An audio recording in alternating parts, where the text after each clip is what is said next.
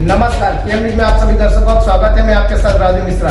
विशेष जानकारी के लिए देखिए हमारी ये रिपोर्ट। सौरभ भारद्वाज ने संजय सिंह के घर ईडी रेड पर क्या कहा, देखिए। जैसा कि आप सब लोगों को जानकारी मिली होगी कि आज सुबह से आम आदमी पार्टी के वरिष्ठ नेता और सांसद और कहा जा सकता है कि हिंदुस्तान की राजनीति में विपक्ष की सबसे मजबूत आवाजों में से एक संजय सिंह जी, जो लगातार जनता के मुद्दे उठाते रहे हैं, सरकार से सवाल करते रहे हैं, संसद के अंदर चाहे प्रधानमंत्री हो चाहे गृह मंत्री हो, सबसे उन्होंने जनता से जुड़े हुए सवाल पूछे। कभी सवाल पूछने में हिचके नहीं, कभी सवाल पूछने में पीछे नहीं हटे और उनकी बुलंद आवाज संसद में और सड़क में आज सबके द्वारा पहचानी जाती है। जैसा कि उन्होंने पहले भी बताया था, केंद्र सरकार हर कोशिश कर रही है किसी तरीके से उनकी आवाज को दबाया जाए। एक काल्पनिक मनगढ़ंत मामला शुरू किया हुआ है और कहा जा रहा है कि सैकड़ों करोड़ रुपए का घोटाला हो गया। और मुझे लगता है कि इतिहास का पहला ऐसा घोटाला है जिसके अंदर 15 महीने से जांच हो रही है। देश की सबसे बड़ी एजेंसी ईडी और सीबीआई इसकी जांच कर रही है। दोनों एजेंसियां पैरेलल में जांच कर रही हैं। करीब 1000 से ज्यादा जगहों पे व्यापारियों के यहां, राजनेताओं के यहां, बिजनेस हाउसेस के अंदर, कारोबारियों के यहां छापे डाले जा चुके हैं। अब तक 1 रुपए की भी गैर कानूनी तरीके से बरामदगी नहीं हुई, 1 रुपए की भी। ये बहुत बड़ी बात है।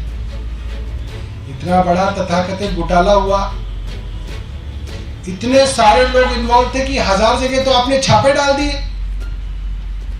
और कहीं पे आपको एक इनक्रिमिनेटिंग एविडेंस नहीं मिला अभी तक। 1 रुपए की आपकी बरामदगी नहीं हो पाई और आप कह रहे हैं कि ये पैसा आया और ये पैसा गायब हो गया कहीं पे। ये कैसे संभव है? पैसा चलता है तो अपनी ट्रेल छोड़ता है। ये एक ऐसा घोटाला है जो बिना ट्रेल के घोटाला चल रहा है। 1000 से ज्यादा जगह छापे डाले जा चुके हैं, 1 रुपए की बरामदगी नहीं हुई। अब संजय सिंह जी के घर पे छापा डाला गया है। मैं अभी बता रहा हूं आपको, 1 रुपए की हेराफेरी नहीं मिलेगी। मगर ईडी जब निकलेगी तो कहेगी हमें कुछ चीजें प्राप्त हुई हैं, हमने जो है कंप्यूटर और मोबाइल फोन ले लिए हैं, उसके अंदर काफी कुछ है। ये बात ईडी हर बार सोर्सेस के तहत प्लांट करती है, निकलता उसमें कुछ नहीं है। क्योंकि अगर कुछ निकला होता तो अब तक इतनी सारी चार्जशीट, हजार पन्ने की चार्जशीट ईडी दायर कर रही है, उसमें कुछ तो होता कि इन मनीष सिसोदिया जी के घर से ये मिला था, इनके घर से ये मिला, इनके घर से ये मिला। कोई चार्जशीट के अंदर नहीं है कि किसके घर से क्या मिला, क्या इनक्रिमिनेटिंग मिला।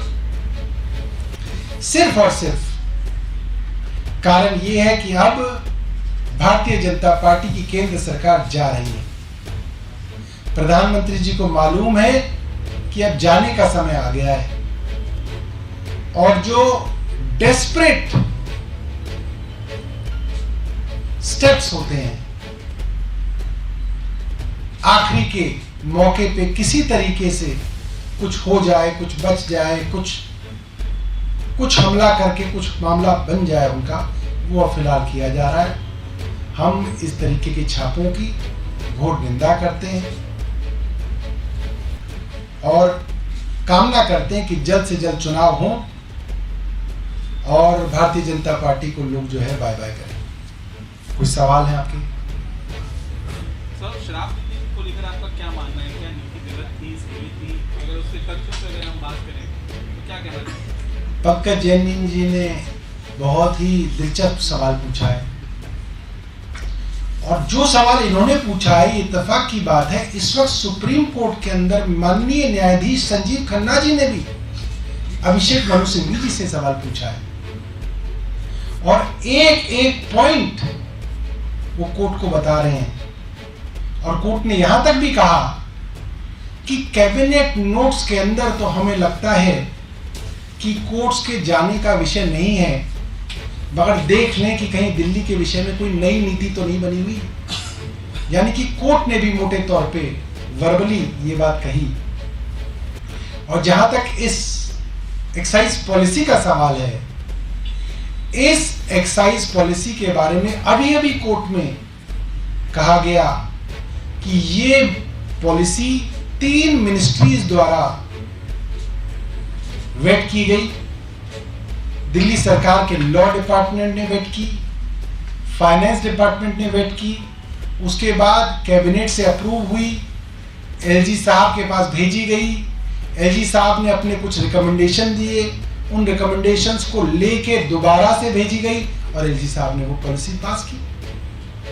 अगर दिक्कत होती तो एलजी साहब को तो कोई दिक्कत नजर आती उसमें। और कोई सवाल? सर, बीजेपी ने प्रेस कॉन्फ्रेंस की है, गौरव भाटिया ने, उन्होंने एक चीज़ कही है कि बायां हाथ दायां हाथ दोनों ही जांच के घेरे में हैं अरविंद केजरीवाल के, और ये पहले मुख्यमंत्री हैं जो अपने घर पर इस तरीके से लेन देन की बात मीटिंग रखते हैं और कड़ियाँ से कड़ियाँ जोड़ रही हैं, हर कड़ी केजरीवाल तक पहुँच। असल में गौरव भाटिया जी उस वक्त समाजवादी पार्टी में थे। पहली बार हिंदुस्तान में हुआ था, भारतीय जनता पार्टी के राष्ट्रीय अध्यक्ष श्री बंगारू लक्ष्मण जी तहलका टेप्स के अंदर देश का रक्षा का सौदा करते हुए, कैश पकड़ते हुए कैमरे पे पकड़े गए थे। वो मामला जो था वो देश का पहला था। उस वक्त गौरव भाटिया जी सपा में हुआ करते थे, भारतीय जनता पार्टी को गालियां दिया करते थे, इसलिए वो भूल गए। अब हमें दीजिए इजाजत, हम कहीं फिर और खबरों के साथ मिलेंगे। हमारे चैनल पर लाइक शेयर सब्सक्राइब करना न भूलें। नमस्कार।